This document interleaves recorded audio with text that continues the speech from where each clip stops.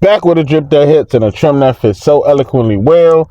It's your boy, me, style, created and styled by yours truly, the eloquent razor with a hell of a flavor, or a hell of a flavor, the eloquent razor, Mr. Royale Black.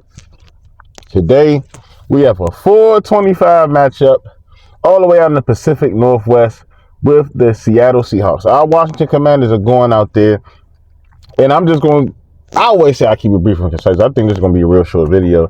I just wanted to give y'all some content and give y'all some thoughts on my keys to winning this game today. It's really going to be just simple all across the board. We don't have Chase Young. We don't have Montez Sweat no more. And yes, they was having good seasons through the first 8 games, but it wasn't like it was really like game-changing sacks like how many of these stats show you. Like, yes, Ted's had 6.5 sacks. He's been with the Bears for 2 games. He doesn't even have a sack, I don't believe. And Chase is yet to suit up. He might suit up today, I believe. But anyhow, they weren't really game-changing sacks. Ted's has missed so many opportunities to wrap up the QB. So has Chase. So I think our best bet today is to really go with containment. As you see last week, we didn't get any sacks, but we would have had one if the refs didn't call that bullshit. You know, that nonsense roughing the passer, which it was a clean sack, by the way, by KJ Henry.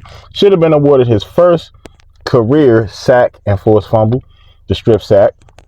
But you already know how the league has it out for our Washington Commanders, our Washington football team. But my thing is this: emphasize the defense, the containment. Because I know what we can do offensively, and we do not want to get off to a slow start.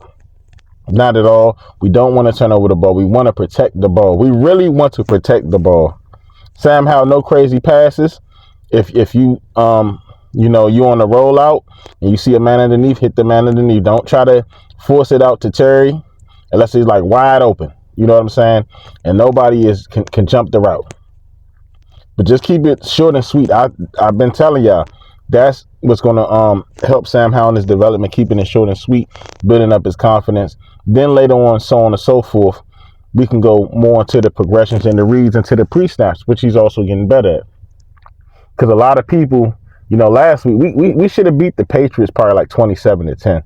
Like that interception at the end of that. Like, that was a hell of a drive by Sam Howell. It's just crazy he ended that drive with that bad interception. You don't want to dwell.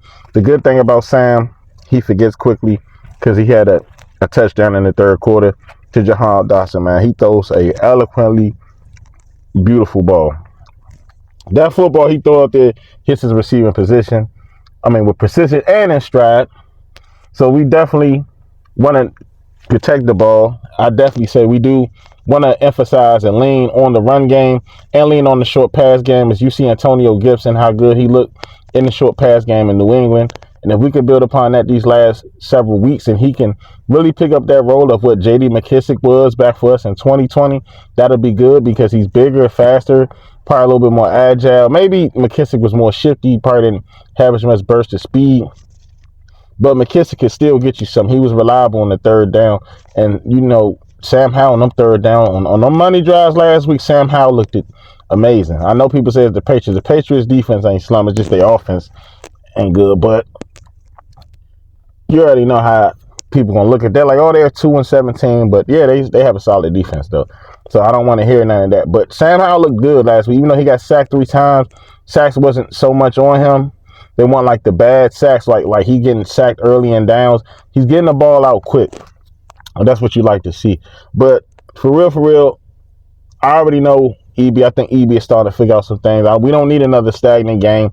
We don't need a game like how we had in New York, where it's like the defense does everything. We need to have that balance to win, because that was a winnable game in New York.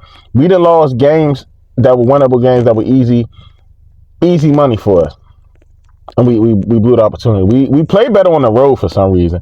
This is why I have confidence going into this game. I think Sam Howell, he can be solid. He can have another 300-yard game, but don't have a forceful 300-yard game. Just play within the strength of your offense and play smart. And our defense, y'all really have to step up. Jack Del Rio, you have to dial up some stunts, some blitzes, something to throw Geno Smith off. He's not been looking great in these last 4 games, 6 interceptions. And if they cannot rely on their backbone, which is the run game with Kenneth Walker and Charbonnet, then pretty much they're just going to have to pass every down to figure something out. DK Metcalf only had 1 catch for 50 yards last week, and I think Jackson Smith and Jigba had about 6 for 60, 61, something like that. But I'd rather just have a game where we just dominate and we just play off of containment. We don't try to do too much. We just play within the strength of our team. We just figure out how to win games and stop trying to like overdo stuff. I know Jack Del Rio and the comfort of the soft zone, the cushion of the soft zone, he's just so enamored and he just will not let this go. I wish we could play a little bit more man, because our last outing against DK Metcalf, I believe we had Darby. Ronald Darby was on Metcalf, and Metcalf caught like a pass for like 6 yards or 10 yards, something like that. And it was like literally like the last 10 seconds of the game. So DK Metcalf, as big as he is and the speed, you would think he'll be wrecking games like A.J. Brown. We don't want to give him that game today, because I don't want to come in and talk trash like, oh yeah, Ben St. Juice shut down A.J. Brown last year. The A.J. Brown did what he did a few weeks ago. And before that, a few weeks prior to that. So we definitely want to come in and handle business. No, we going into the Pacific Northwest for. We going there to take care of business and leave back home and head back to Ashburn with a W, because it feels good to win. And then you don't. I don't want to even talk too ahead in the playoffs, but you got to look at the positioning now. That's why I always say these earlier season games that we blew the opportunity on, we could be 6-3 right now, 7-2, or probably even better than that. But like this team is just so much of a conundrum. Like it's just like a seesaw. Your offense looks good one week, then the defense looks like the worst in the league. The next week, your defense looks Super Bowl, looks like it's Super Bowl-esque. Your offense looks like the worst. We just need to have a game where it's just balance of the two, where we could like just dominate a game offensively, and defensively they can't do nothing. That'll be something big for this team moving forward, off of Montez Sweat and Chase Young. Going into the future, knowing we have assets, which I'm not even really tripping off, but our focus and our priority is right now here in Washington. So with that being said, I'm going to give a final score of 26-17 or 26-20, something within that line, and I think we can come on with the W. We just have to really come in and take care of business. I really want the defense to step up. I really want the defense to be the MVP of this game. Long as Sam has 270, 280 yards, 4 touchdowns, no turnovers, no sacks, I'm cool with that. And B-Rob, 19 carries, 110 yards, 2 touchdowns, I'm cool. Anything of that. Jahan, another thing, we got to get our receivers involved. Jahan and Terry. Terry needs that 100-plus yard. He needs a 120-yard game. Like Terry, we really need to get him back on track. Get him a lot of targets, and Jahan too. But we don't really want to be forceful.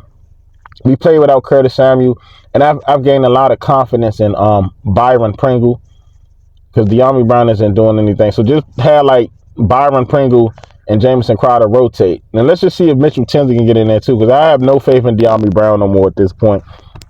But other than that, again, the final score, I believe it could be a 26-20 game, or 26-7, something within like that point range of margin. But anyway, trying to get back into that YouTube algorithm. Please make sure to like, comment, share, and subscribe. Hail to the Washington Commanders. Peace.